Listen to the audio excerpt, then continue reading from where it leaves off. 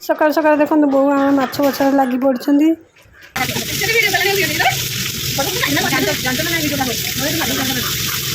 नमस्कार सांग मैंने जय जगन्नाथ तापर मैंने केमती अच्छा आशा कर भल थे खुशी थे।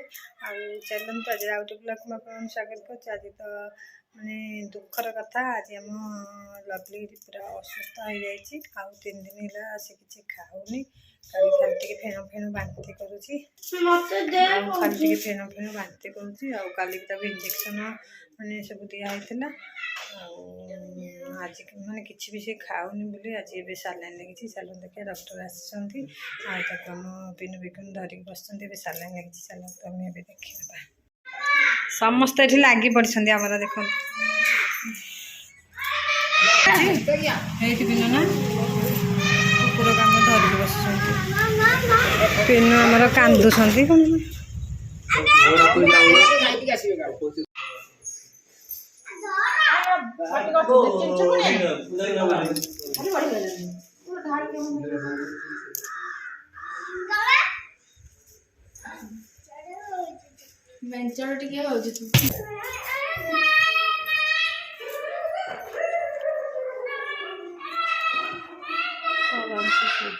एक कथरा एते मेडिसिन देले हबो फैन पवन से सब दबा कबे आज दीदा दे हबो वैक्सीन दीदा दे नहीं इतनी गोटे दे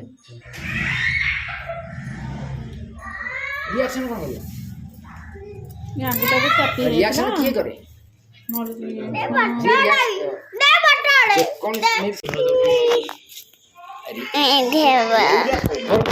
नमस्कार सांगे मैंने आज सकाल सकाल वीडियो को मुझे आप स्वागत करुच्ची।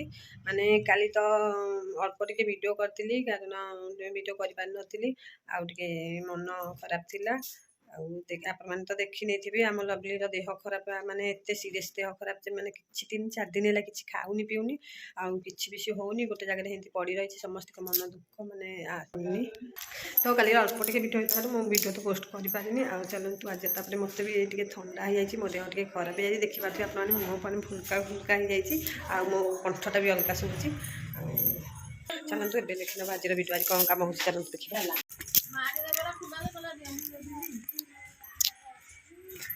आज आम चुली भात बसी देखो पिंकी ये सेकी हो शीत शीत लगुच जेहतु सका वर्षा हो जाए घर समस्त की थंडा है। आज आपको धरी पकई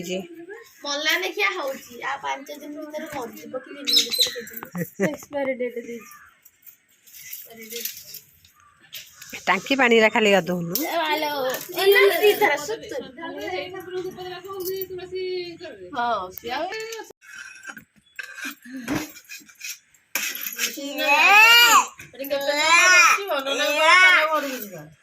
ऋषि जाइए पुचुन सांगे परीक्षा दे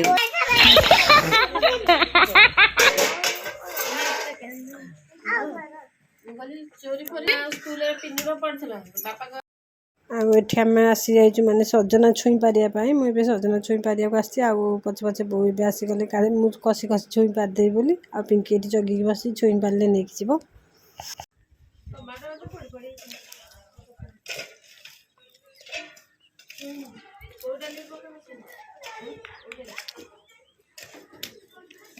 गोटे मार मु आम जन मुहरे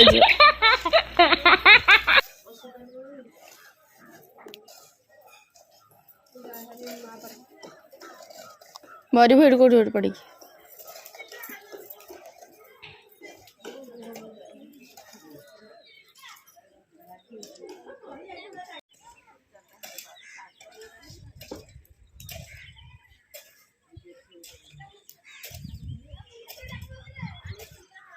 तो क्या है 40 का भी उल्ले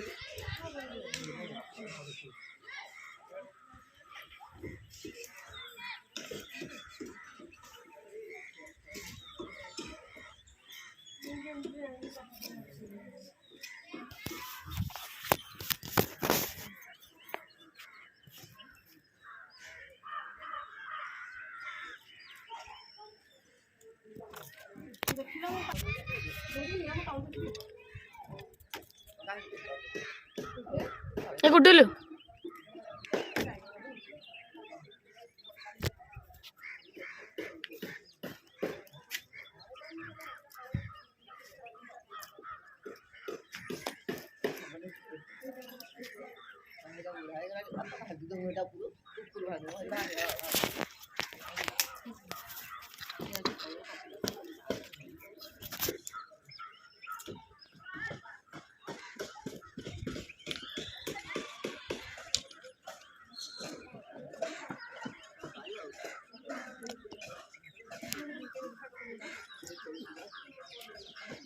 ତ ଏବେ ତ ମାନେ ଡକ୍ଟର ଆସିଯିବେ, କାଲି ସାଲାଇନ୍ ଲାଗିଥିଲା, ଡବ୍ଲ୍ୟୁଟି ଦେଖିଥିବେ, ଆଉ ଆଜି ବି ପୁଣି ସାଲାଇନ୍ ଲାଗିବ। ଏମିତି 3-4 ଦିନ ଯାଏଁ ତାଠି ସାଲାଇନ୍ ଲାଗିବ। ଯେହେତୁ ସେ କିଛି ଖାଉନି ପିଉନି, କ'ଣ ହେବ କ'ଣ, ମାନେ ସମସ୍ତଙ୍କ ଟିକେ ଡର, ଆଉ ସମସ୍ତେ ଟିକେ ଚିନ୍ତାରେ ରହିଯାଇଛନ୍ତି, ଲଭଲି ଚିନ୍ତାରେ। ଆଉ ଚାଲନ୍ତୁ ଏବେ ଦେଖିବା ଡକ୍ଟର ଆସିଲେ ମାନେ ଲଭଲିକି ସାଲାଇନ୍ ଲାଗିବ, ସେ ମେଡ଼ିସିନ୍ ଖାଇବ। ଚାଲନ୍ତୁ ଏବେ ମାନେ ତା ଶିର ବି ପାଉନାହାନ୍ତି, ତା ଶିର ପ୍ରଶିର ଯେଉଁଠି ଦେବା ପାଇଁ ସାଲାଇନ୍, ଆଉ ଡକ୍ଟର ପାଉନାହାନ୍ତି ତାର ଶିର, ସେଥିଲାଗି ତା ଚମଡ଼ା ପୁରା ଖଣ୍ଡିଆ କରିକିନା ବି ତାକୁ ଦେଉଛନ୍ତି। ତଥାପି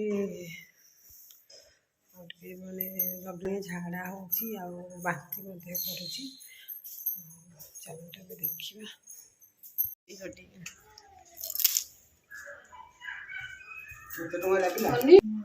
ଗଲା ଏ ଯୋଉ ସେ ଜିନିଷ ପୁରେଇଲି ଅଧିକା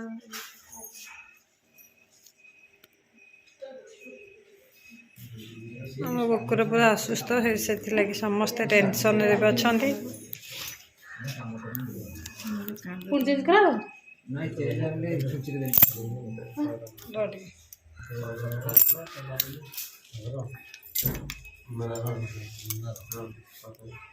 କେତେଟା ଏସବୁ 3ଟା ଦେଇଥିଲି ଯାଇଥାନ୍ତା, କେତେ ଔଷଧ ଜିନିଷ ଗଲାଣି। ହେଇଆ ପରା ହେଇ 3ଟା ଦିଆ ହେଲାଣି, ଦିନ କେତେ ଗଲାଣି। ଆଉ ଏପଟେ ବୋଉ ଆମର ମାଛ ଧରିକି ବସି ପଡ଼ିଲେଣି, ମାଛ କାଟିଲେଣି। ଆଉ ଆଜି ତ ମାଛ ରୋଷେଇ ହେବ। ଚାଲନ୍ତୁ ମାଛ ଭଜା ହେବ କି ରନ୍ଧା ହେବ, ଚାଲନ୍ତୁ ଏବେ ଦେଖି ନେବା। ଏବେ ଏଠି ମାନେ ଛୁଇଁ କଟା ହେଉଥିଲା, 2ଟା ଛୁଇଁ କେବଳ କଟା ହେଇଛି। ଆଉ କହିଲେ ମାଛ ଆସିବ ବୋଲି, ଏବେ ମାଛ ଆସିଲା, ବୋଉ ବାଛୁଛନ୍ତି, ଆଉ ଛୁଇଁକି ରଖିନେଲୁ। ଆଉ ସଜନା ଶାଗ ଦେଖନ୍ତୁ ଏଠି ଭଜା ହେଉଛି। ଯେହେତୁ ସଜନା ଶାଗଟା ଆଗ ଆଣିଥିଲେ, ଆଜି ସଜନା ଶାଗଟା ଟିକେ ଭାଜି ନେଉଛୁ। ଏଠି ଛୁଇଁ ରଖି ନେଇଯିବୁ, ସବୁ ଭାଜିନି। ଆଉ ତାକୁ ମାଛ ଝୋଳ ହେବ, ଝୋଳ ଭଜା ତା ସହିତ ଯାହା ହେବ।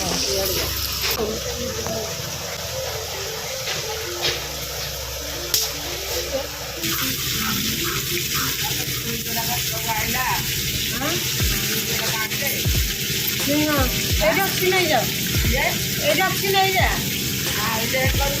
ଶାଗୁ ଆଇଲା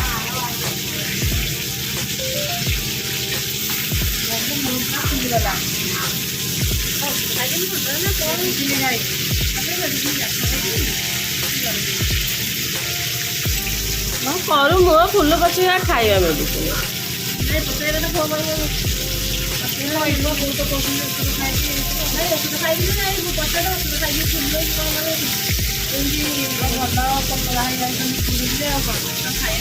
ଆମ ବୋଉ ଯୋଉ ଯାଇଥିଲେ ମେଡ଼ିକାଲ, ଆଉ ଯୋଉ ମେଡ଼ିସିନ ଆଣିଛନ୍ତି ଖାଉଛନ୍ତି।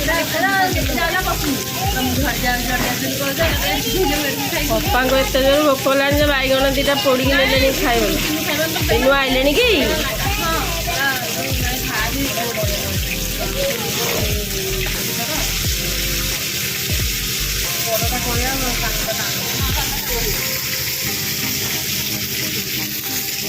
ଏଠି ଖରାପ ହେଉଛି, ଟୁଇର ମାମାର ଟୁଇର ଖରାପ ହେଉଛନ୍ତି।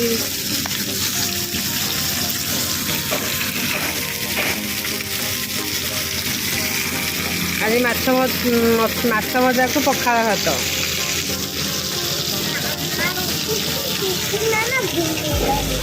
ଟିକେ ବସିକି ଘୁମେଇଲାଣି। ହଁ ଖାଇବୁ ବୋଲି ତ, ତୁ ତ ଆଜି ଆଇଁଷ ଖାଇବୁନି ବା, ତୋ ପାଇଁ ଛୁଇଁ ଭାଜି ଦେଇଛି ହେଲା, 2ଟା ଛୁଇଁ ତୋ ପାଇଁ ଭାଜି ଦେଇଛି, ଖାଇବୁ। ତୁ ଆଇଁଷ ଖାଇବୁନି ବା, ଖାଇବୁ ମନା କରୁଥିଲୁ।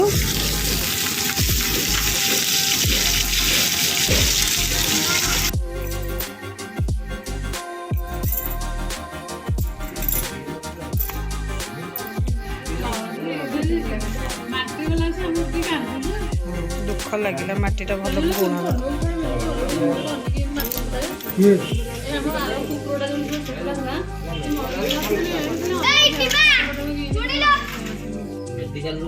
ସେଇଟା ମୋର ପୁରା ଚାମଚା ଥିଲା।